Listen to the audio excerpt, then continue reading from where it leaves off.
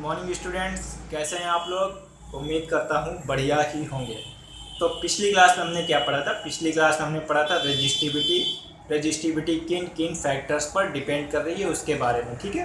और रजिस्टिविटी का डेरिवेशन भी निकाला था, जिसका फार्मूला आया था rho equal to m upon n e square tau. उससे हमने क्या कंक्लूजन निकाला था कि रजिस्टिविटी हमारी नंबर ऑफ इलेक्ट्रॉन्स पर डिपेंड कर रही है और रजिस्टिविटी रिलैक्सेशन टाइम पर भी डिपेंड कर रही है। अब हम बात करेंगे कि रजिस्टिविटी हमारी टेम्परेचर पर कैसे डिपेंड कर रही है, ठीक है। तो हम बात करते हैं टेम्परेचर डिपेंडेंस ऑफ रजिस्टिविटी।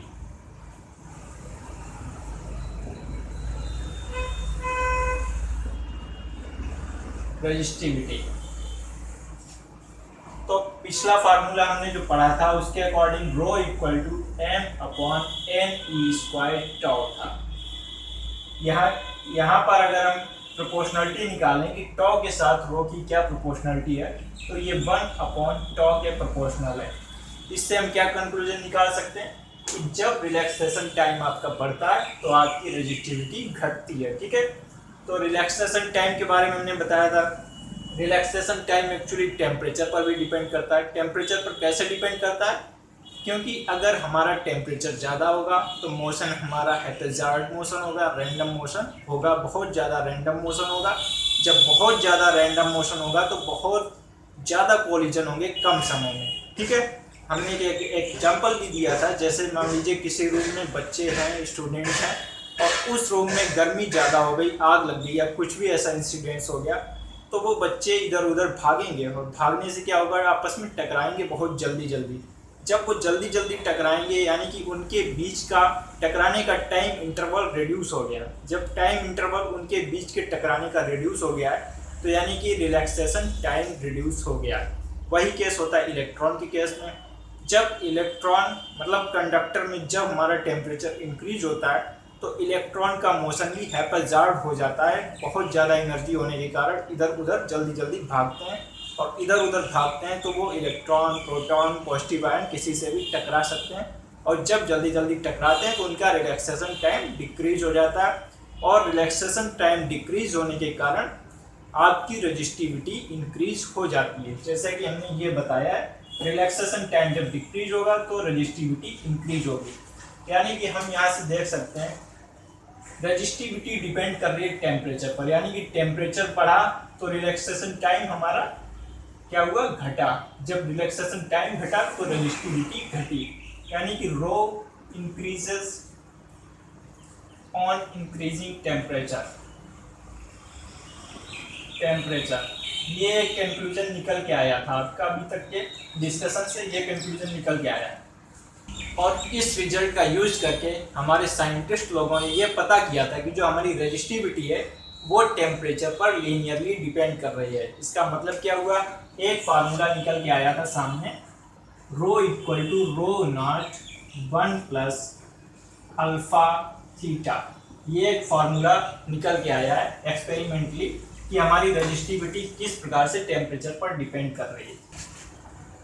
अब यहाँ पर हमारा थीटा क्या है, थीटा है हमारा टेम्परेचर, ठीक है। अल्फा है temperature coefficient of resistivity, temperature coefficient of resistivity, ठीक है। एक प्रकार का ये कोफिशिएंट है, ठीक है, रजिस्टिविटी। और हमारा रो नॉट है रजिस्टिविटी एट 0 डिग्री सेल्सियस, ठीक है। और रो हमारा है resistivity at theta degree Celsius, theta degree Celsius, यानी कि जो थीटा ये टेम्परेचर है उस टेम्परेचर पर हमारी रजिस्टिविटी क्या है, वो ये है जो हमें फाइंड आउट करनी है, ठीक है। ये रिलेशन हमारा बता रहा है कि किस प्रकार से टेम्परेचर के साथ रजिस्टिविटी चेंज हो रही है, यानी कि टेम्परेचर बढ़ाने से रजिस्टिविटी किस प्रकार से लीनियरली इंक्रीज कर रही है, ठीक है। अब बात करते हैं टेम्परेचर डिपेंडेंस ऑफ रेजिस्टेंस, यानी कि रेजिस्टेंस पर आपके टेम्परेचर का क्या इफेक्ट पड़ेगा। काफ़ी इंपॉर्टेंट टॉपिक है, समझने की कोशिश कीजिए अच्छे से, क्योंकि रेजिस्टेंस हमें पता है R equal to rho L upon A होता है, यानी कि ठीक है, ये फार्मूला सबको पता होगा। इससे क्या क्लियर हो रहा है, r is directly proportional to rho, यहाँ पे दिखाई पड़ रहा है रो के डायरेक्टली प्रोपोर्शनल है, ठीक है।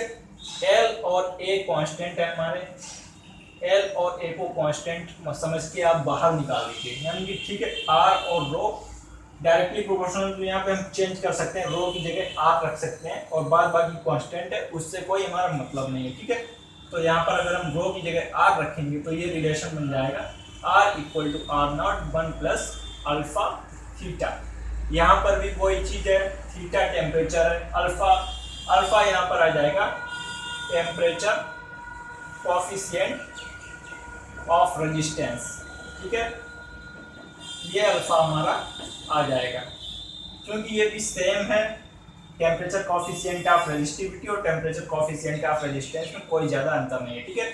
और आर नॉट क्या है, रेजिस्टेंस एट 0 डिग्री सेल्सियस,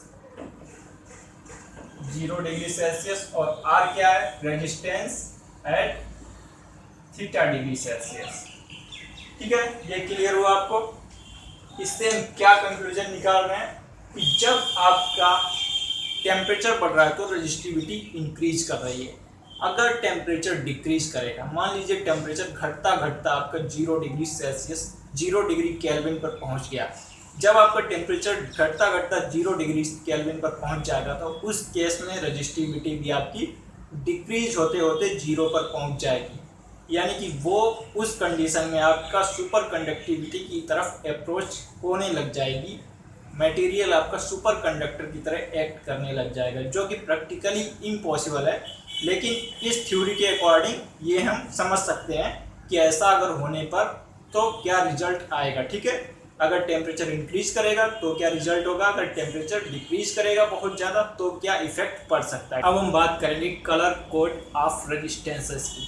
जो हमारे इलेक्ट्रॉनिक सर्किट होते हैं उनमें बहुत सारे रेजिस्टेंसेस यूज होते हैं, छोटे छोटे रेजिस्टेंसेस। अगर आपने कोई सर्किट देखा हो और ध्यान दिया हो तो उस सर्किट में इस टाइप के रेजिस्टेंसेस यूज होते हैं, जिसमें 3 स्ट्रिप होती हैं, ए बी सी हम मान के चल रहे हैं 3 स्ट्रिप हैं, और डी थोड़ा सा अलग सेपरेटेड स्ट्रिप बनी होती है। ये पहली स्ट्रिप में कोई कलर होता है, दूसरी स्ट्रिप में भी कोई कलर होता है, तीसरी स्ट्रिप में भी कोई कलर होता है, और जो डी वाली स्ट्रिप है उसमें भी गोल्ड या सिल्वर या नो कलर हो सकता है, कोई कलर नहीं भी हो सकता है, ठीक है। तो ये आपका रेजिस्टेंस इस प्रकार से आपके सर्किट में मिलता है। तो अब बात करते हैं कि हमारे कौन कौन से रेजिस्टेंसेज हो सकते हैं और हम इस रेजिस्टेंस की हम वैल्यू कैसे पता कर सकते हैं। मान लीजिए ये 3 कलर हैं और चौथा कलर भी ये है, तो हम कैसे पता करेंगे कि इस रेजिस्टेंस की कितने ओम का रेजिस्टेंस है, इस रेजिस्टेंस की वैल्यू क्या है, ठीक है। तो ये पता करने का सबसे आसान और सबसे वैलिड तरीका है जो हम आपको बताने जा रहे हैं। इसी तरीके का यूज करके ये पता किया जाता है कि इस रेजिस्टेंस में कितना रेजिस्टेंस है, ठीक है। तो बेसिकली ये कलर कोड भी इसीलिए डिज़ाइन किए जाते हैं जिससे कि हम पता कर सकें कि ये कितने रेजिस्टेंस का रजिस्टर है, ठीक है। अब बात करते हैं कलर की। कलर अगर हम देखें, पहला कलर है बी यानी कि ब्लैक, सेकेंड कलर भी बी है, बी यानी कि ब्राउन, थर्ड कलर है रेड, फोर्थ कलर है ऑरेंज, फिफ्थ कलर है येलो, सिक्स्थ है ग्रीन, फिर ब्लू, फिर वायलेट, फिर ग्रे, फिर वाइट, ठीक है। इनको स्टार्ट करते हैं 0 से। 0 ब्लैक को देते हैं, 1 देते हैं ब्राउन को, रेड को देते हैं 2, ऑरेंज को देते हैं 3, येलो को देते हैं 4, ऐसे ही ग्रीन को 5, ब्लू को 6, वायलेट को 7 और ग्रीन को 8 और वाइट को 9, ठीक है। इनका पैटर्न एक सीक्वेंस है, इसको याद करना बहुत ज़रूरी है। इस पैटर्न को याद करना बहुत ज़रूरी है। इसे हम याद करने कैसे कर सकते हैं, एक फिगर, एक रिप्रेजेंटेशन है जिससे हम इसको याद कर सकते हैं। इस पैटर्न को कैसे याद करेंगे, B Roy, B Roy Great Britain very good wife, ठीक है। दोबारा सुनिए, B Roy Great Britain very good wife, ठीक है। ये मैंने लिखा हुआ भी है इधर पे, आप देख सकते हैं। और इस सीक्वेंस को याद करना बहुत ज़रूरी है। और हम शुरुआत कहाँ से करते हैं, 0 से, एंड कहाँ पर करते हैं, 9 पर, ठीक है। तो ये पैटर्न है आपका, हर एक कलर का एक फिगर है, उस फिगर को आपको याद करना बहुत ज़रूरी है, ठीक है।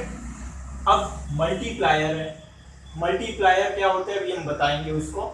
मल्टीप्लायर के आगे 10 के आगे 0, 10 के आगे 1, जो फिगर है उसको 10 की पावर में ले जाना है, ठीक है।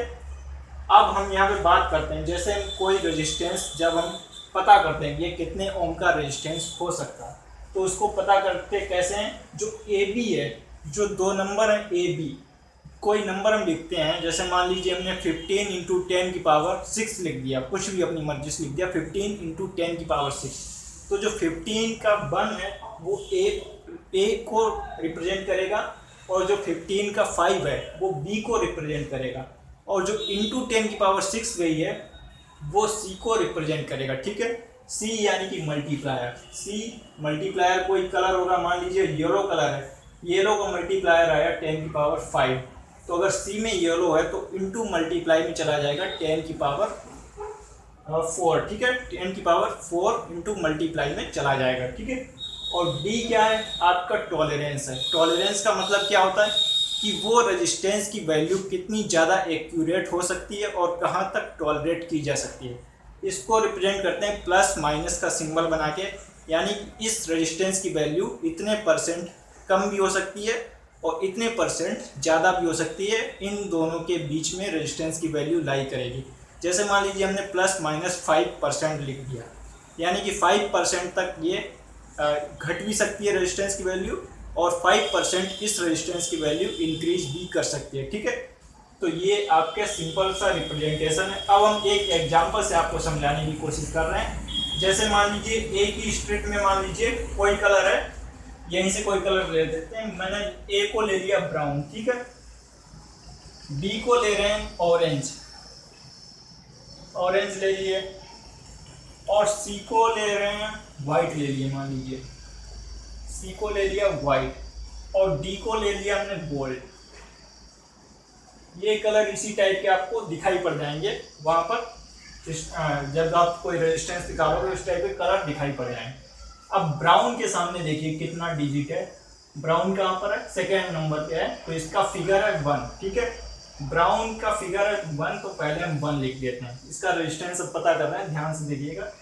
अब फिर ऑरेंज का देखते हैं, ऑरेंज आया आपका ये 4th नंबर पे, इसका फिगर है आपका 3, तो हमने 3 लिख दिया, ठीक है। अब मल्टीप्लायर लिखना है, मल्टीप्लायर सी है यानी कि वाइट, वाइट पर वाइट हम देखेंगे, वाइट सबसे लास्ट में है, ये 9 है, इसका मल्टीप्लायर है 10 की पावर 9, तो ऐसे लिख देंगे, वाइट को लिख देंगे 10 की पावर 9 में, ठीक है। अब हम देखेंगे लास्ट वाली स्ट्रिप, लास्ट वाली स्ट्रिप है गोल्ड की, गोल्ड का टॉलरेंस कितना है 5%, तो इसको लिखेंगे ऐसे प्लस माइनस 5%, ठीक है। क्लियर हुआ आप सबको किस प्रकार से हमने इस रेजिस्टेंस की वैल्यू पता कर दी, जिसमें कलर कोड सिर्फ दिया गया था ब्राउन, ऑरेंज, वाइट और गोल्ड, उसकी मदद से हमने पता कर लिया कि इसका रेजिस्टेंस क्या होगा इस रजिस्टर का, ठीक है। अच्छा तरीका है, बहुत आसान है, और शायद आप सब लोग कर सकते हो, और एग्जाम में भी ये बहुत ज़्यादा पूछे जाने की संभावना है, ठीक है। एग्जाम में इस टाइप से रिलेटेड बहुत से क्वेश्चन आ सकते हैं, आपको दिया जाएगा कि फर्स्ट स्ट्रिप सेकेंड स्ट्रिप में ये कलर है, थर्ड स्ट्रिप में कोई दूसरा कलर है, और जो लास्ट स्ट्रिप है उसमें वाइट, गोल्ड, सिल्वर और 9 कलर में से कुछ भी दे सकता है, ठीक है। तो उस प्रकार से आपको ये निकालना पड़ेगा रेजिस्टेंस की वैल्यू, ठीक है। समझ में आया आपको। अब बात करेंगे हम कॉम्बिनेशन ऑफ रेजिस्टेंस पर।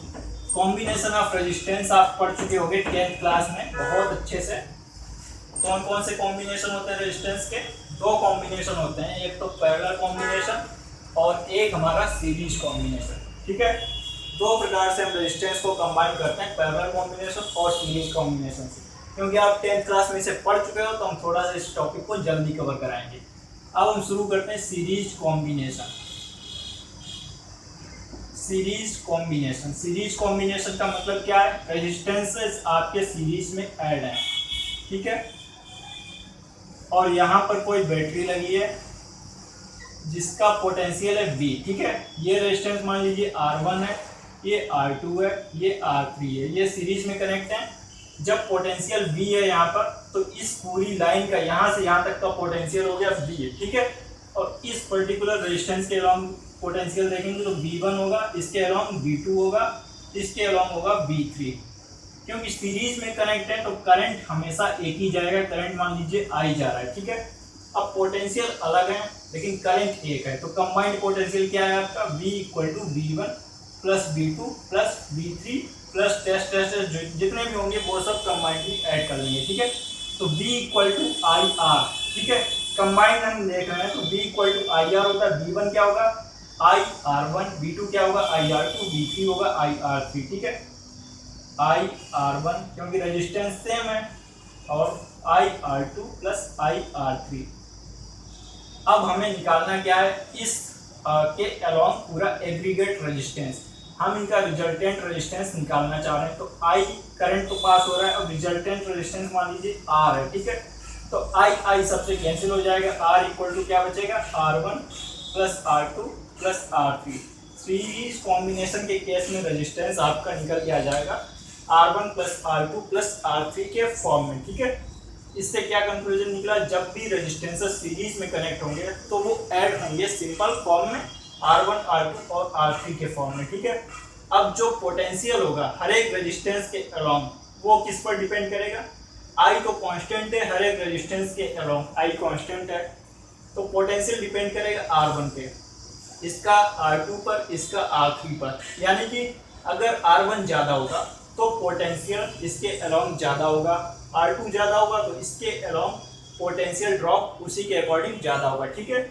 R3 कम होगा अगर तो इसके अलोंग पोटेंशियल ड्रॉप भी कम होगा, ठीक है। समझ में आया आपको सीरीज कॉम्बिनेशन। अब बात करेंगे पैरेलल कॉम्बिनेशन की, ठीक है। बहुत सिंपल है, 10th क्लास में आप पढ़ चुके हो इसलिए और मैं जल्दी इसको कवर कर रहा हूँ, ठीक है।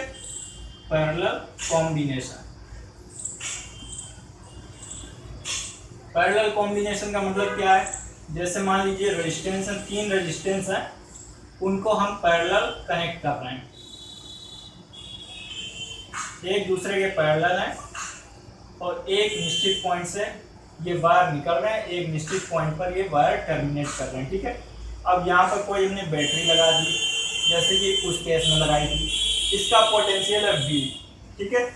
जब इसका पोटेंशियल है V तो हमारा इस टोटल के अलोंग पोटेंशियल ड्रॉप V है, तो इस टोटल के अलोंग भी पोटेंशियल का ड्रॉप V ही होगा, ठीक है।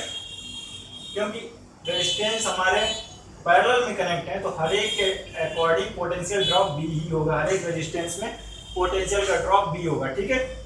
अब इसका रेजिस्टेंस मान लीजिए R1 है, इसका रेजिस्टेंस है R2, इसका रेजिस्टेंस है R3, ठीक है। पोटेंशियल ड्रॉप हर एक रेजिस्टेंस के अराउंड सेम है। अब लेकिन जो करंट पास करेगा I जैसे यहाँ से निकल के आ रहा, I निकल के आ रहा, करंट डिवाइड हो जाएगा, इसके अराउंड मान लीजिए I1 डिवाइड हो गया, ये I2 डिवाइड हो गया, ये I3 डिवाइड हो गया, करंट तीनों के अराउंड डिवाइड होके चला गया, ठीक है। और जब करंट यहाँ पर आएगा वापस I1 plus I2 plus I3, तो जो एग्रीगेट करंट आएगा वो I निकल के आएगा, करंट टोटल ऐड होके I बन जाएगा और I करंट निकल के आएगा। यानी कि सर्किट से करंट, एक्सटर्नल सर्किट से करंट I ही पास होगा और इंटरनल सर्किट से जो करंट है वो रेजिस्टेंस के अकॉर्डिंग डिवाइड होता चला जाएगा, ठीक है। अब यहाँ पर करंट डिवाइड हो रहा है, अब टोटल करंट कितना था, I था, I equal to I1 plus I2 plus I3 में डिवाइड हो रहा है, और I क्या होता है, V अपॉन R होता है ना, तो I1 क्या हो जाएगा, V अपॉन R1, क्योंकि हमारा वोल्टेज तो कांस्टेंट है, ठीक है। V upon R2 plus V upon R3, voltage constant है तो V ले लेंगे, यहाँ पे एग्रीगेट हमें रेजिस्टेंस निकालना है तो R लेके चल रहे हैं, तो फिर क्या होगा, वोल्टेज कैंसिल कर दीजिए तो 1 अपॉन R आ जाएगा, 1 upon R1 plus 1 upon R2 plus 1 upon R3। यानी कि जब भी रेजिस्टेंस आपके पैरेलल में कनेक्ट होते हैं तो वो रेसिप्रोकल फॉर्म में ऐड होते हैं, यानी कि 1 अपॉन R1 1 अपॉन R2 के फॉर्म में ऐड होंगे, ठीक है। इससे ये कंक्लूजन निकल गया है। और दूसरी चीज़ क्या है, जो रेजिस्टेंस यहाँ पर है और जो करंट है वो करंट किस पर डिपेंड करेगा, current I equal to V upon R होता है और V तो है कांस्टेंट, तो वो करंट 1 अपॉन R पर डिपेंड करेगा, यानी कि जिसका रेजिस्टेंस ज़्यादा होगा उसका करंट कम होगा, उसके अलावा करंट कम होगा, ठीक है। जो करंट है हमारा वो I के अकॉर्डिंग एडजस्ट होगा, ठीक है। अगर रेजिस्टेंस ज़्यादा है तो करंट हमारा कम होगा, अगर रेजिस्टेंस कम है तो करंट हमारा ज़्यादा होगा, क्योंकि इन दोनों के अंदर इन्वर्सली प्रोपोर्शनल का रिलेशन है, तो करंट और रेजिस्टेंस इन्वर्सली प्रोपोर्शनल होंगे, क्योंकि V तो सेम है इसलिए इनका रिलेशन इन्वर्सली प्रोपोर्शनल चलेगा। ठीक है, शायद आपको ये सब अच्छे से क्लियर हुआ होगा। भले ही हमने लास्ट का टॉपिक थोड़ा जल्दी कवर करने की कोशिश की है, इसलिए क्योंकि आप इसे पढ़ चुके थे। फिर भी अगर कोई डाउट है तो आप मेरे से पूछ सकते हैं। फाइनली थैंक यू इतना सब देखने के लिए।